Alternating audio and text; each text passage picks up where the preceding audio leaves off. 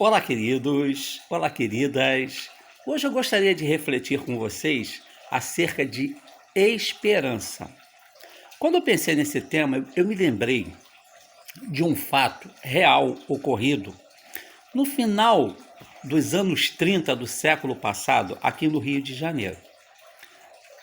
Havia uma grande indústria de tecidos e essa indústria estava vivendo uma crise financeira muito grande, ainda reflexo da crise, da quebra da Bolsa de Nova York em 29, já se faziam quase 10 anos, e o mundo ainda estava se ressentindo da quebra da Bolsa de Nova York.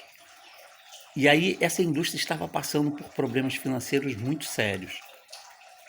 E o proprietário era um homem muito correto, uma pessoa que gostava de arcar com as suas responsabilidades, de pagar as suas dívidas, e ele estava devendo muito. E os credores o estavam cobrando e eram valores muito altos. E ele não sabia como fazer para pagar, porque a indústria estava produzindo pouco tecido devido à pouca demanda da compra, devido à crise financeira, que as pessoas estavam mal e mal ganhando, a maior parte das pessoas ganhando para comer. Então não pensavam em comprar roupas ou qualquer coisa assim. E aí ele foi se desesperando, e infelizmente teve a péssima ideia de se suicidar e deu cabo da sua própria vida, o que é uma pena.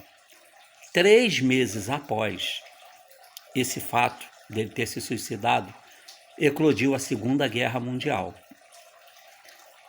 E o governo americano, precisando comprar tecidos para prover as suas tropas, comprou muito tecido na indústria que era dele. E eles conseguiram, os filhos que ficaram com a fábrica depois do suicídio do pai, conseguiram pagar as dívidas e ainda ter muito lucro. Ou seja, se ele tivesse esperado 3 meses, ele não tinha se suicidado. Se ele tivesse tido a esperança de que mais à frente algo de bom pudesse acontecer, ele não teria dado cabo da própria vida. Por que eu estou lembrando dessa história? Que às vezes nós nos sentimos tão desesperançados que nós não enxergamos solução para nada e ficamos com uma monoideia, a ideia de que a única solução é sempre a pior que nós pensamos. Nós pensamos sempre no pior, nós jamais imaginamos que coisas boas podem emergir até de situações ruins. Às vezes nós precisamos, às vezes não. Na nossa vida nós precisamos ser resilientes. E o que é resiliência? É aceitarmos, é levarmos a pancada e absorvermos. Nesses momentos em que a crise abate a nossa vida pessoal, e quando eu falo crise, seja lá de que for, pode ser material, pode ser sentimental, pode ser de saúde, nós temos que ter esperança. Não podemos esquecer jamais, mas não podemos esquecer mesmo, de que nós não estamos sozinhos em momento nenhum da nossa existência. Mesmo que ninguém, materialmente falando, esteja ao nosso lado, que todos nos abandonem, que todos nos virem as costas, nós teremos Deus ao nosso lado. E Deus é um Pai de amor. E Deus jamais abandona os seus filhos. Então não vamos nos deixar desesperar. Não vamos tomar decisões erradas que possam vir a nos prejudicar e prejudicar outras pessoas. E principalmente prejudicar as pessoas que mais nos amam.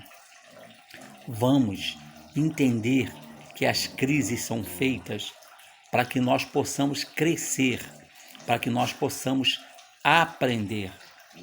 Nós temos sempre que nos fazer a seguinte pergunta quando a crise se abater em nossa vida: qual lição que eu tiro disso tudo? O que eu aprendo disso tudo? E certamente, se nós nos fizermos essa pergunta, nós obteremos a resposta, porque nós estamos curiosos. Se nós jamais fizermos a pergunta, nós jamais receberemos a resposta. E nunca tomemos decisões que possam pôr em risco a nossa existência física ou pôr em risco a existência física de outras pessoas. Nada justifica que nós achemos que podemos dar cabo da nossa vida porque estamos passando por uma crise. Tudo passa. Maria, mãe de Jesus, sempre falava isso quando alguém a procurava. Tudo passa. E é verdade, tudo passa. Se nós nos recordarmos de situações difíceis que nós já vivemos e nós estamos aqui, nós vamos entender que tudo passa. Nós podemos não ter a melhor vida, nós podemos não ter a vida que nós almejamos, mas nós temos uma vida. Nós temos pessoas que nos amam e que estão conosco o tempo todo. Às vezes, quando a crise se nos abate, nós nos sentimos sozinhos. E é nesse momento que nós mais estamos acompanhados. É nesse momento que nós mais recebemos mãos para nos levantar. O grande problema é que às vezes nós não estamos atentos para perceber isso. Queridos e queridas, a esperança é o que nos move. Não percamos a esperança jamais, porque a esperança sempre vencerá. Que hoje e sempre tenhamos um dia de paz.